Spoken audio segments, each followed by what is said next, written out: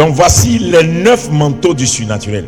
La première des choses, le dépouillement. Il ne faut plus chercher à vivre comme les gens. En Jésus là, si tu ne veux pas perdre, tu ne gagneras pas. On a quoi? Tout pleinement, tu comprends?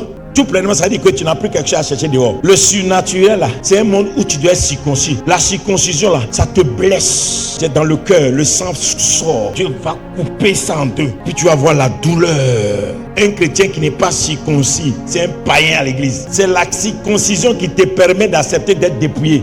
De ne plus dormir dans une grosse maison pour un temps. D'accepter de ne plus avoir certaines choses pour un temps. C'est pour un temps, hein? Mais tu vas passer par là. C'est pour un temps. Pour d'autres, ça prend 1 an, d'autres 2 ans, d'autres 3 ans, d'autres 4 ans, d'autres 5 ans. Ça dépend. Comment Dieu veut te bénir. Abraham, qui est le père de la foi là, il a marché 24 ans pour voir ce que Dieu lui a promis. Donc toi, 1 an déjà, tu cries. Il faut que tu sois circoncis et que tu acceptes qu'on te dépouille. Il n'y a pas de surnaturel sans dépouillement. La marche avec Dieu, c'est comme ça. Tous les chrétiens qui n'aiment pas que Dieu passe par le dépouillement là, le monde va vous attirer. Le monde va vous avaler. C'est pourquoi tu n'aimes pas qu'on te donne conseil. Tu n'aimes pas qu'on te donne des instructions. Parce que tu as gardé ta manière de faire et ta manière de voir. C'est dangereux. Dépouillement. C'est le premier manteau. Deuxième manteau de l'homme et de la femme surnaturelle, c'est le brisement. Psaume 34, verset 18. Le dépouillement est différent du brisement. Le brisement, ça ressemble à l'humiliation. Le brisement là, Dieu, c'est comme si Dieu n'a pas pitié de toi. Le brisement dans la marche du surnaturel, ça ressemble à l'humiliation. Si quelqu'un veut être utilisé puissamment, il n'a qu'à s'attendre que Dieu va le mettre dans certaines situations où tu vas être humilié. C'est-à-dire que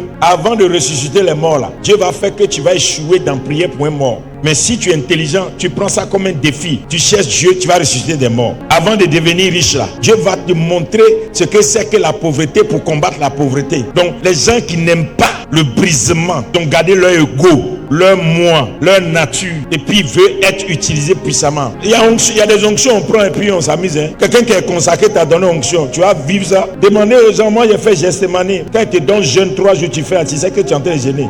Tout dépend de qui t'a donné jeûne. Parce que quelqu'un qui est consacré, il ne peut pas t'amener dans n'importe quelle école. Le monde de l'esprit, c'est comme ça bouge. Il faut que tu sois brisé. Si tu n'es pas brisé, Dieu ne peut pas te refaire. C'est par le brisement que Dieu te rebâtit. Il dit, tu es l'argile entre mes mains et je suis le potier. Si je vois que ce n'est pas bon, je casse et puis je refais. Toi, tu as quoi à dire? Il y a des moments là, Dieu peut te promettre quelque chose et puis voir ton attitude. Il sait que s'il donne ça là, tu vas devenir comme ça. Il détruit et puis te refait. Il veut seulement que tu sois une personne qui dit, Seigneur, tu sais pourquoi tu l'as fait. Conduis-moi seulement. Conduis-moi seulement. Le brisement.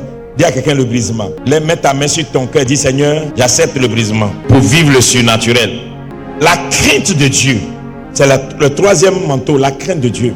La crainte de Dieu est le commencement de toutes les sciences. Si tu ne crains pas Dieu, tu ne peux pas être surnaturel.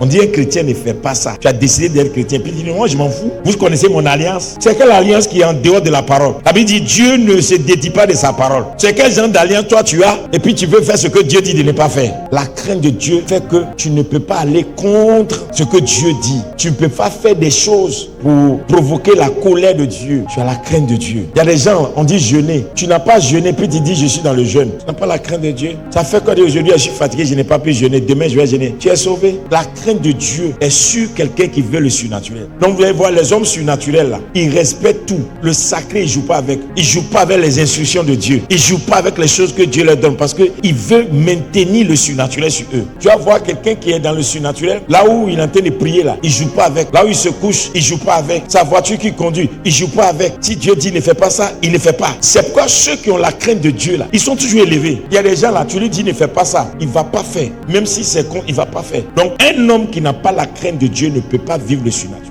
La quatrième habit du surnaturel, c'est le renoncement à soi. Philippiens 3, verset 8. Renoncer à soi, ça veut dire quoi? Accepter ne pas avoir certaines choses pour manifester le surnaturel. À cause de Dieu, j'accepte ne pas avoir ça pour manifester le surnaturel. Pour devenir surnaturel, c'est un prix à payer. Tu vas renoncer à certains rêves, à certaines ambitions. Tu vas renoncer à certains projets. Tu vas renoncer à certaines choses. Tu vas dire non. Ah Seigneur, c'est bon, je renonce. Pourquoi? Sans renoncement, il n'y a pas de visitation. Tu ne peux pas dire que tu veux le feu, tu veux la puissance et puis tu veux tout. Toi, tu veux tout. Il y a des choses là. Tu sais que tu aimes bien ça, mais à cause de Jésus là, je vais arrêter de faire ça. Je vais arrêter de pratiquer ça. Amen. Je dis souvent aux femmes, toi qu'on drague trop, quand les gens vous disent, si on ne te drague pas, c'est que tu n'es plus belle, tu n'es plus une femme là. Ça, c'est pour le monde. C'est des païens. Quand une femme, tu n'es pas mariée, ça ne veut pas dire qu'on doit te draguer, tout le monde doit te draguer. 2, tu es marié, maintenant même un petit, on te drague. Et c'est ça même, tu appelles, non, ça prouve que ça me fait femme encore. Mais tu es païen. Bon, si on laisse... Mais il y a beaucoup de choses qui se passent dans notre vie.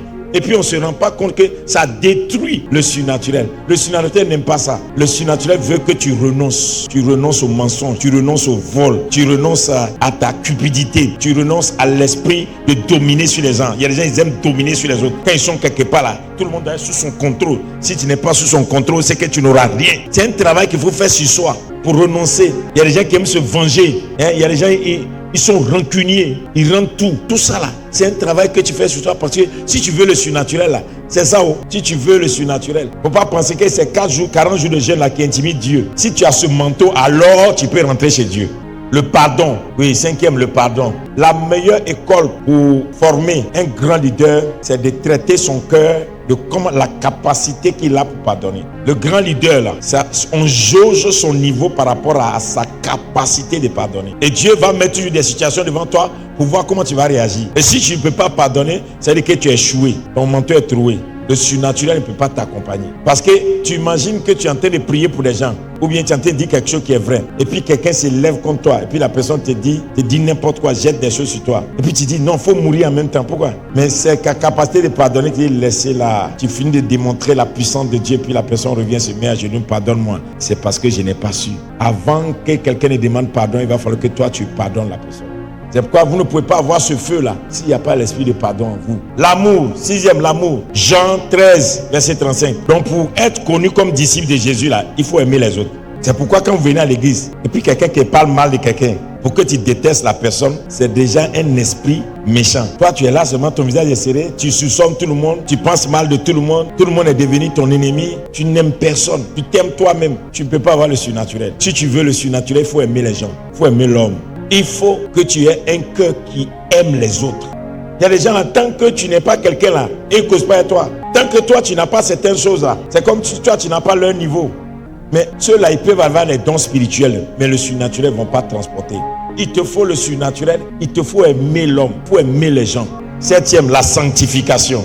Les chrétiens, on n'aime pas ça. Dès que tu commences à parler, c'est Dieu qui fait grâce à tout le monde. Nous tous, c'est Dieu qui nous fait grâce. Qui ne pêche pas ici. C'est quelque chose que on exige pour que quelqu'un marche dans le surnaturel. Et le diable fait que ça nous blesse quand on parle de sanctification. Sanctification. Hébreux 12, verset 14. Sanctification, ce n'est pas seulement quand tu ne couches pas avec les gens. Sanctification, la grossièreté, le scandale, les choses que tu sors de ta bouche là, tu es souillé. Et tout ce que tu peux poser comme un acte qui souille là, on ne fait pas ça à cause de ce que tu veux être surnaturel. Tu veux un jour ressusciter les morts. Tu veux prier pour que l'eau sorte du rocher. Tu veux un jour que quand tu as dit quelque chose, ça arrive. Tu veux un jour imposer la main pour que les gens puissent voir la gloire de Dieu là. Tu es obligé d'avoir ça. Il ne faut pas excuser pour dire non, tout le monde pêche. Tu n'es pas tout le monde. Tu es fait pour transporter le surnaturel. Tu dois changer l'histoire de ta famille, de ta génération. Avec toi là, Dieu doit faire des exploits. Dis Amen avec moi. Avant dernière chose, qui doit être sur ton manteau, l'humilité. Philippiens 2, verset 3. L'humilité. L'humilité est différente de la simplicité. La simplicité, bon, tu es quelqu'un, mais tu ne te montres pas. Mais l'humilité là, c'est autre chose, c'est une autre nature. Tu te fais toujours petit. L'humilité là, tu te fais toujours petit. Tu ne veux pas te lever. Tu élèves toujours Dieu. Toi, tu te fais petit. Quand tu arrives quelque part, tu veux pas qu'on sache que c'est toi. C'est ce que tu fais là qui fait que on sait que c'est toi. C'est on dit que cette personne est humble. L'humilité. C'est-à-dire que quand les gens te rencontrent, ils sont choqués que c'est de toi qu'on parle et puis ils t'ont vu comme ça. C'est ce qu'on appelle quelqu'un qui est humble. Et vous allez voir des gens qui transportent le surnaturel là. Ces caractères sont avec eux. Tu peux le voir loin ou bien les voir loin et puis dire c'est quand je peux voir telle personne ou bien est-ce qu'on peut l'approcher même. Mais quand tu trouves la personne, tu te trouves, c'est toute la personne qui est là. Oui, c'est l'humilité. Oui, l'humilité. L'humilité caractérise une personne qui veut avoir l'onction. Dernière chose, le jeûne et la prière. Quand tu as ces choses-là et que tu apprends à jeûner, à prier, alors simplement tu fais des petites prières. Tu viens te mettre quelque part 1 heure de temps, tu pries, tu cries même pas. Tu es étonné que Dieu agit avec toi. Tu viens te mettre quelque part pendant 2 heures de temps, tu parles. Tu es étonné que quand les 9 choses sont dans ta vie, Mon frère, tu vas faire dérouter une armée. Si les 9 choses là sont dans ta vie, tu vas vaincre n'importe quelle armée. Parce que tu es surnaturel. Tu vas commander, le ciel va venir sur la terre. Tu vas ordonner, tu vas voir l'accomplissement. Si tu portes les 9 choses, tu vas les accomplir. Seigneur Jésus, j'ai compris ce soir la différence entre l'homme spirituel et l'homme surnaturel. Je veux monter. Je veux avoir accès au monde du surnaturel. Les 9 manteaux.